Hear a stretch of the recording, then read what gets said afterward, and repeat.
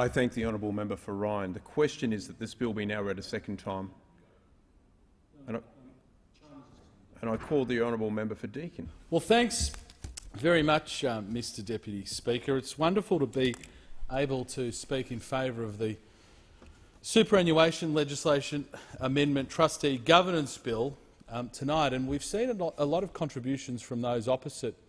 And it's quite embarrassing, really, that what should be an uncontroversial change to our superannuation arrangements are being vehemently opposed by those opposite because it doesn't accord with the wishes of their union paymasters.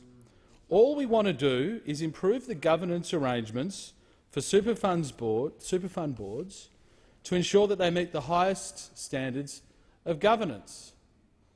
Now, with $2 trillion under management, rising to $9 trillion under management, why wouldn't we want the highest governance arrangements applying to those funds? The amendments in this bill, as highlighted by previous speakers, isn't about singling out any one sector. The changes apply equally to corporate, industry, public sector and retail funds. The changes won't apply, though, to self-managed super funds. As I said, superannuation represents $2 trillion and is the largest asset held by Australian households. In our view, the appropriate provision of independent directors on trustee boards is a vital step towards strengthening the super system. Independent directors bring to a board, in our view, a dispassionate perspective, enabling the board to benefit from a diversity of views, and of course it provides a check on management recommendations and conflicts of interest. Therefore, the presence of a greater number of independents on super funds boards will increase the accountability of management and strengthen the oversight of funds, helping to ensure that related party interests are not put ahead of members' interests.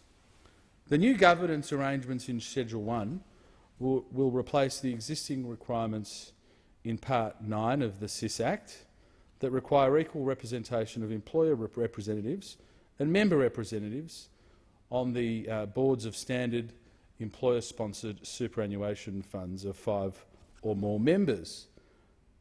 In this respect, the previous government's 2010 Super System Review, the Cooper Review, recommended that the SIS Act be amended so that equal representation should no longer be mandatory. In addition, the Cooper Review noted that the presence of independent directors on boards is best practice in corporate governance. The Cooper Review examined equal representation and found that, I quote, "changes in the industry over time and certain implementation practices mean that equal representation no longer seems to achieve its original objective." The 2014 Financial Services Inquiry FSI report concluded that independent directors on all superannuation trustee boards promote good governance by bringing an objective perspective to issues the board considers and hold other directors accountable for their conduct. In addition, independent directors allow for an increased accountability of decisions made by other directors who may have conflicting interests. This bill delivers, therefore, on the government's superannuation governance election commitment to align governance in superannuation more closely with the corporate governance principles that we all accept and that are applicable to ASX-listed companies, for example. The bill does not restrict the composition of the remaining two-thirds of board members. The government considers it's appropriate to leave it to boards to structure themselves in the manner they believe will serve their members' best interests. Relevantly, to support the reforms, the bill provides APRA with the power to make determinations as to whether a person is independent or not.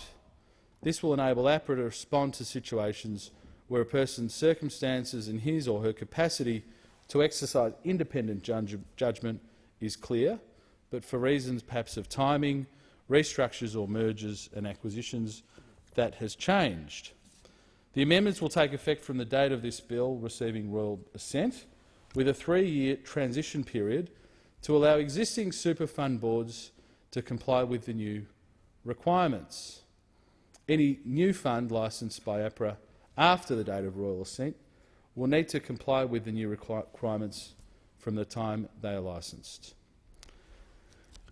There are a number of stakeholder groups who support these proposed changes, and as I said at the beginning, these should be uncontroversial and I would have thought should have received support on both sides of the House. For example, the Association of Superannuation Funds of Australia said that the government's release of draft legislation, which will require boards and super funds to be comprised of at least 1/3 of independent directors, is a positive outcome for superannuation. That's the Association of Superannuation Funds of Australia. They also said, as a minimum, there must be the flexibility to appoint directors who have the right skills, experience and knowledge, as well as cultural fit. Also, the Council of Small Businesses Australia said the following: the fact that the directors are, in the great majority, chosen firstly on where they work rather than what skills and experience they have creates question marks around whether the best model of governance is in place. This proposed change creates improved transparency and an opportunity for the boards to improve their approach to collecting funds and dealing with people in the supply chain.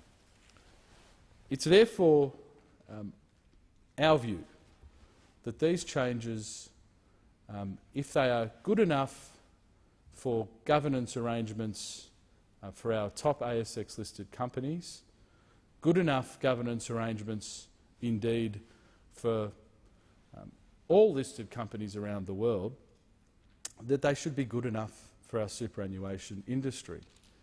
And it does not stop any fund from appointing directors with relevant experience who are the best people to be entrusted with the decisions to properly invest Australians' superannuation savings.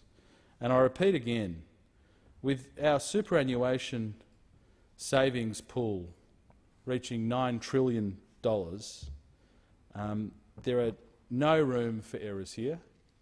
The government has to take an abundance of caution in ensuring that all of the composition of our boards have the best interests of their members at heart, but more importantly, because I'm sure that they do have the best interests of their members, but more importantly, the requisite skills, the requisite balance of skills on those boards to make the best investment decisions, because with a pool of savings that large, it is incumbent on government to ensure that Australians are getting the best return for their retirement. So I therefore, Mr Speaker, won't repeat the contributions of those who have gone before me, and I'll commend the bill to the House. I thank the honourable member for Deakin.